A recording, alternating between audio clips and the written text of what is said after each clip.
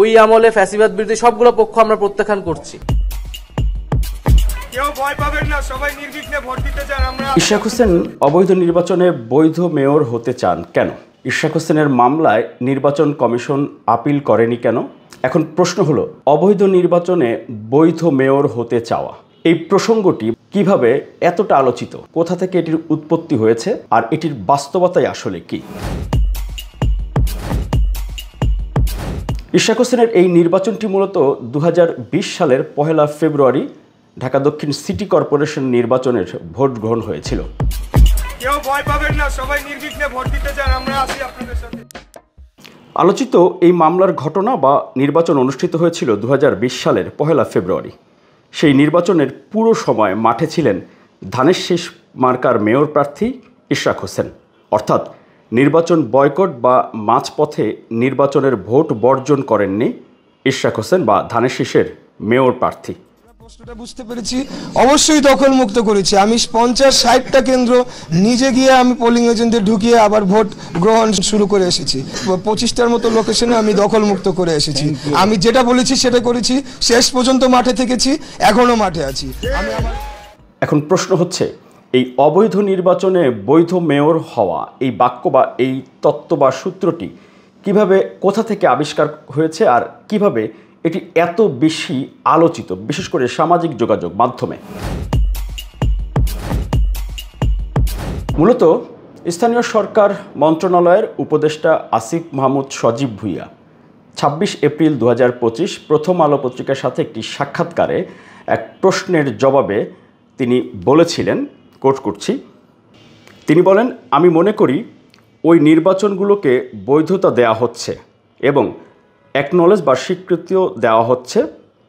আমার মনে হয় রাজনৈতিক দলগুলো এই নির্বাচনগুলোকে অবৈধ ঘোষণা করা এবং অবৈধ নির্বাচন থেকে কোনো প্রাপ্তি স্বীকার না করার সততা থাকা উচিত। এরপরে তার ভেরিফাইড ফেসবুকে আরেকটি পোস্ট দেন। তার মানে আসিফ মাহমুদ সজীব ভুঁইয়া প্রথমে এই অবৈধ আর বৈধ এই রাজনৈতিক বাক্যটি বা এই রাজনৈতিক কথাটি সামনে নিয়ে আসেন। আসিফ মাহমুদ সজীব ভুঁইয়ার কথার ধারাবাহিকতায় এনসিপি আনুষ্ঠানিকভাবে সংবাদ সম্মেলন করে 20 মে 2025। রাজধানীতে সেই সংবাদ সম্মেলনে এনসিপির আহ্বায়ক নাহিদ ইসলাম তিনি এই অবৈধ নির্বাচনের বৈধ মেয়র প্রসঙ্গটি আবারও সামনে আনেন এবং এই যে বিভিন্ন আগের অবৈধ নির্বাচন আমরা বলতেছি, যে নির্বাচনগুলো অবৈধ ছিল এবং ওই আমলে ফ্যাসিবাদ বিরোধী সবগুলো পক্ষ আমরা প্রত্যাখ্যান করছি। এখন সেই নির্বাচনের তো আমি বলতে পারি না আমি সেটার বৈধ মেয়র বা প্রার্থী। সার্জিস আলম এনসিপির আরেকজন গুরুত্বপূর্ণ নেতা একই বিষয়ে তার প্রতিক্রিয়া দেন। স্পেশালি আওয়ামী লীগের সময় বিগত 3টা নির্বাচনকে আমরা অবৈধ নির্বাচন বলছি। সেই অবৈধ নির্বাচনে একজন বৈধ মেয়র কিভাবে হয়? নাহিদ, আসিফ এবং সার্জিস ওনারা যেটি বলেছেন যে রাজনৈতিকভাবে ওনারা বলে আসছেন বা বিভিন্ন সময় দাবি করে আসছেন যে ওই নির্বাচনগুলো অবৈধ। এখন ওনারা কি বললেন, আপনি বললাম, এতে করে কি নির্বাচন অবৈধ হয়ে যাবে? নিশ্চয়ই আইনগতভাবে বা কোনোভাবে এটি সুযোগ নেই যে অবৈধ হয়ে যাবে নির্বাচন।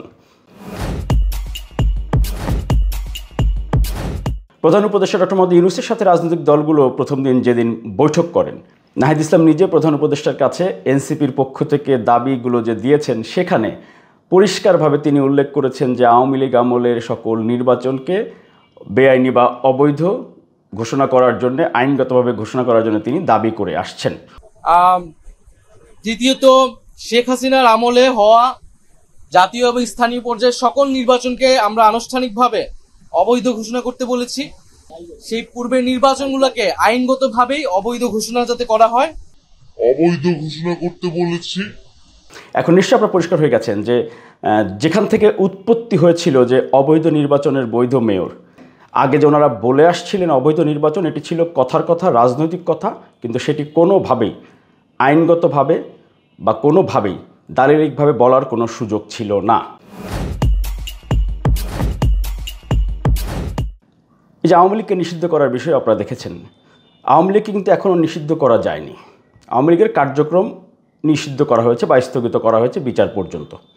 নিষিদ্ধ করতে হলে সেটি আইনগতভাবেই করতে হবে। আচ্ছা, আইসিটি যেই আইন, সেটিতে সংশোধনী এনে এরপরে সেই বিচার কাজ যখন শেষ হবে সেখানে যদি দোষী প্রমাণিত হয় এরপরে কিন্তু রাজনৈতিক দল হিসেবে আওয়ামী লীগকে নিষিদ্ধ করার প্রশ্ন।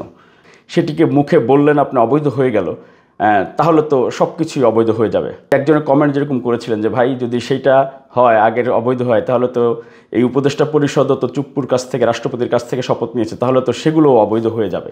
আমি সেই বিতর্কে যাচ্ছি না, প্রসঙ্গক্রমে ওনার কমেন্টটি উল্লেখ করতে হলো। ইশরাক হোসেনের মামলার বিবাদী ছিল শেখ তাপস এবং সাবেক বিতর্কিত নির্বাচন কমিশনার সিইসি প্রধান নির্বাচন কমিশনার নুরুল হুদা।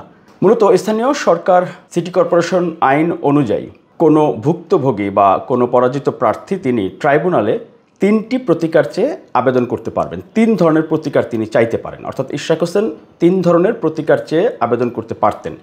সেই 3 ধরনের কোনটি সেটি আপনারা একটু খেয়াল করবেন। ক, নির্বাচিত প্রার্থীর নির্বাচন বাতিল। খ, নির্বাচিত প্রার্থীর নির্বাচন বাতিল এবং দরখাস্তকারী বা অন্য যে কোনো প্রার্থী বিজয়ী হইয়াছে এই ঘোষণা চাইতে পারেন। গ, 3 নম্বর হচ্ছে সামগ্রিকভাবে নির্বাচন বাতিল। প্রথমটি যে নির্বাচিত প্রার্থীর নির্বাচন বাতিল, তাপসের নির্বাচন বাতিল, শুধু এইটুকু চাইতে পারতেন ইশরাক হোসেন। আরেকটা হচ্ছে তাপসের নির্বাচন বাতিল এবং ইশরাক হোসেনকে নির্বাচিত ঘোষণা করার জন্য তিনি আদালতে মামলা করতে পারেন। এখন নিশ্চয়ই আমি যে কেউ যদি প্রতিকার চাই তাহলে তাপসকে শুধু বাতিল করলেই কি হবে? আমি নিজেকেও তো মেয়র হিসেবে সেখানে প্রতিকার চাইবো। এটি খুব স্বাভাবিক সাদামাটা একটি ব্যাপার, আপনি সবাই করব। এবং ইশরাক হোসেনও সেই প্রতিকারটি চেয়েছেন যে তাপসের নির্বাচন বাতিল। খেয়াল করবেন শব্দটা হচ্ছে আইনগত শব্দ, বাতিল। এই যে বাতিল, নির্বাচন বাতিল মানে একেবারে দুনিয়াধারী সব কিছু বাতিল না, তাপসের নির্বাচন বাতিল। এখানে দেখেন নির্বাচিত প্রার্থীর নির্বাচন বাতিল, এটি কিন্তু আইনে লেখা আছে। ইশরাক হোসেনের শব্দগত বিষয় নিয়ে অনেকে ট্রল করে ভিডিও বানিয়েছেন, দেখেছি তারা আইন না জেনে হয়তো এটি বানিয়েছেন, এটি আমি ধরে নিতে পারি। এই বাতিল মানে হচ্ছে তাপসের নির্বাচন বাতিল, তারপর যে নির্বাচিত হয়েছে গেজেট হয়েছে সে যে নির্বাচিত এইটা বাতিল। ইশরাক হোসেন নিজেকে নির্বাচিত ঘোষণা করার জন্য আইন অনুযায়ী মামলা করেছে এবং সেই মামলায় সাক্ষী প্রমাণ যুক্তিতর্ক উপস্থাপনে আদালত সেটি রায় দিয়েছে। অবৈধ হচ্ছে একজন পরাজিত মেয়রকে জালিয়াতি করে ভোটবিহীনভাবে বৈধ ঘোষণা করে বিজয়ী ঘোষণা করাটা ছিল অবৈধ। সুতরাং অবৈধ ছিল হচ্ছে তাপসকে মেয়র বানানো, ওই নির্বাচনটা অবৈধ ছিল না। সেই অবৈধ মেয়রকে সরিয়ে আদালত বৈধ যে মেয়র হওয়ার কথা তাকে দায়িত্ব দিয়েছে। আপনি সেখানে নির্বাচনটাকে অবৈধ বলছেন কি করে? এবং সেই একই কথা ওই নির্বাচনকে অবৈধর মিনিংটাই হচ্ছে তাপস যে মেয়র হিসেবে অবৈধ সেটা দাবি করেই আদালতে গেছে। ওই মেয়র তাপস অবৈধ হলেই বৈধ হয়ে যায় ইশরাক, এটাই সব জায়গায় মামলায় সেটা হয়েছে। এটি আদালতের ব্যাপার, বিচার বিভাগের বা ট্রাইব্যুনালের ব্যাপার, আপিল ট্রাইব্যুনালের ব্যাপার। কেউ কথা বলতে হলে সেটি আদালতে গিয়ে বলতে হবে, এটি নিয়ে তর্কর কোনো সুযোগ নাই। রাজনৈতিক তর্ক আদালত নিয়ে করা। আরেকটি প্রশ্ন নাহিদ ইসলাম তুলেছিলেন যে বর্তমান নির্বাচন কমিশনের স্বচ্ছতা গ্রহণযোগ্যতা নিয়ে তাদের কাছে প্রশ্ন। কেন প্রশ্ন? কিন্তু আমরা যখন দেখলাম যে এই ইশরাক হোসেন মামলার যে বিষয়টা একেবারে সরাসরি ইলেকশন কমিশন এই সংকটটা তৈরি করেছে, তারা এই মামলায় কোনো কন্টেস্টই করেনি এবং তারা আপিলও করেনি। ফলে এটা খুবই স্পষ্ট যে তারা একটা দলের পক্ষ নিচ্ছে, একটা প্রার্থীর পক্ষ নিচ্ছে। এখন ইশরাক হোসেনের মামলার আসামি বা বিবাদী কারা ছিল? ইশরাক হোসেনের মামলার বিবাদী ছিল শেখ তাপস এবং সাবেক বিতর্কিত নির্বাচন কমিশনার সিইসি প্রধান নির্বাচন কমিশনার নুরুল হুদা। এখন বর্তমান নির্বাচন কমিশন কি তাপস এবং সাবেক সিইসি নুরুল হুদার পক্ষে আপিল করবে? ইশরাক হোসেনের বিপক্ষে গিয়ে আপিল করবে কার জন্যে, কাকে বাঁচানোর জন্যে? তাপসকে আর নুরুল হুদাকে বাঁচানোর জন্য আপিল করবে? এই আপিল করেনি বলে তারা অবৈধ হয়ে যাবে? ধানের শীষের প্রার্থীর প্রতি বৈষম্য করা হচ্ছে, এই মামলাটি ছিল তাপস নৌকার প্রার্থী নুরুল হুদা তাদের বিরুদ্ধে। তো তাদের পক্ষ হয়ে এখন কারা এই মামলায় বাধা দান করতে পারে? তাহলে তো তারা সেই দোষরদেরই লোক হয়ে গেল, তাই না? যে নাহিদ ইসলাম বলেছেন নির্বাচন কমিশন প্রশ্নবিদ্ধ, কেন? তারা আর মামলায় কন্টেস্ট করেনি, আপিলও করেনি। কন্টেস্ট করবে ইশরাকের বিরুদ্ধে, তাপস আর সিইসির পক্ষে, সাবেক সিইসির পক্ষে। আপিল করবে কার বিরুদ্ধে? ইশরাক হোসেনের বিরুদ্ধে। তাপস আর ওই নুরুল হুদার পক্ষে। বর্তমান নির্বাচন কমিশন অভ্যুত্থান পরবর্তী এই গ্রহণযোগ্য সকল রাজনৈতিক দলের কাছে এই নির্বাচন কমিশন আপিল কেন করেনি তাপসের পক্ষে আর নুরুল হুদার পক্ষে? এই কারণে তাকে অবৈধ বা তাকে বেআইনি বলতে হবে, তার বিপক্ষে অবস্থান নিয়ে তাকে সরিয়ে দিতে হবে। আর আমরা রাজনীতি যারা বুঝি বা বুঝি না তারা হাততালি দিতে হবে। এখন স্থানীয় সরকার মন্ত্রণালয়ে গেজেট হওয়ার পরে তাদের দায়িত্ব ছিল শপথ গ্রহণ করানো, তারা সেটি করেননি। এবং উপদেষ্টা আসিফ মাহমুদ কেন ওনাকে নিয়ে এত কথা, উনি সেখানে প্রথমে স্ট্যাটাস দিয়ে উনি এই বিতর্কের শুরুটা করেছেন। নির্বাচন কমিশন নির্দেশ দেবে স্থানীয় সরকার মন্ত্রণালয়কে গেজেট জারির মাধ্যমে, গেজেট নোটিফিকেশনের মাধ্যমে। তো গেজেট প্রকাশের পরে শপথ কেন না নিয়ে ওনারা আবার আইনি ব্যাখ্যার জন্য চিঠি চালাচালি গড়িমসি করা? সাবেক সচিব, সিনিয়র সচিব আবু আলম শহীদ খান এই স্থানীয় সরকার মন্ত্রণালয়ের সচিব ছিলেন।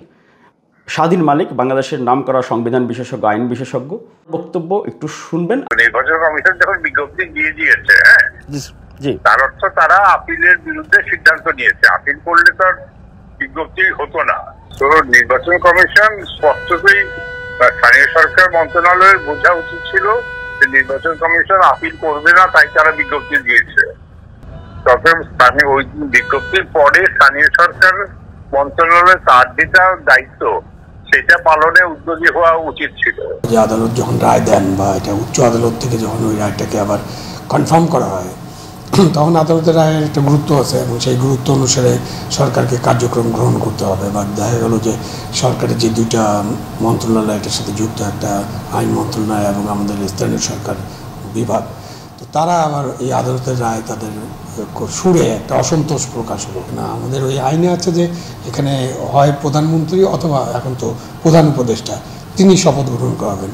তো এখন লোকাল গভর্নমেন্ট মিনিস্ট্রি যদি শপথ গ্রহণের জন্য প্রধান উপদেষ্টার কাছে সময় না চায়, তো আমরা একটা মোটামুটি ইয়ার মধ্যে আছি, সন্দেহের মধ্যে আছি। আপনার আইন না বুঝতে পারেন, এটি সবার বোঝার কথাও না, কিন্তু সব কিছুতে যখন তাল দেন তখন অন্ততপক্ষে অন্যদের কথাও আপনারা শুনবেন। এটি পরিষ্কারভাবে মনে রাখবেন।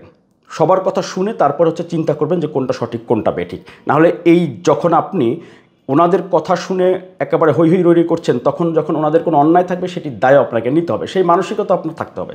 তাহলে কিন্তু আর সমস্যা নাই। যদি সেটি মানতে পারেন তাহলে ওকে। এই ইশরাক হোসেন যে এই ইতিহাসের খাতায় নাম লেখাতে চাচ্ছেন যে তিনি প্রমাণ করলেন শেখ হাসিনা আমলের একটি নির্বাচন বেআইনি ছিল বা জাল জালিয়াতি হয়েছিল, সেটি প্রমাণ করতে আপনারা দিবেন না পরোক্ষভাবে। এবং পরোক্ষভাবে না, শুধু একেবারে আইনগতভাবেই সেই সিসি নুরুল হুদা আর তাপসের পক্ষে এখন অবস্থান নিতে হবে সবাইকে। এটি চাপিয়ে দেওয়া একটি সামাজিক যোগাযোগ মাধ্যমের কালচারে, রাজনীতির ফরম্যাটে নিয়ে আসা হয়েছে। খুবই দুঃখজনক। আমি যে তথ্যগুলো, যেই আইনগুলো, যে প্রমাণগুলো উপস্থাপন করলাম, যদি আপনাদের একজনও এখানকার কোনো বিষয় নিয়ে আপত্তি থাকে অবশ্যই আমাকে সেটি জানাতে পারেন, চ্যালেঞ্জ করতে পারেন, বা বাংলাদেশের যে কোনো আইন বিশেষজ্ঞের মতামত নিতে পারেন। কিন্তু আইন, আদালত, সংবিধান এটি যারা বোঝেন না তারা কারো কথায় হাততালি দিয়েন না। এটি পরিষ্কারভাবে মনে রাখবেন দয়া করে, নাহলে পরে সেই দায় দায়িত্ব কিন্তু আপনি নিতে পারবেন না।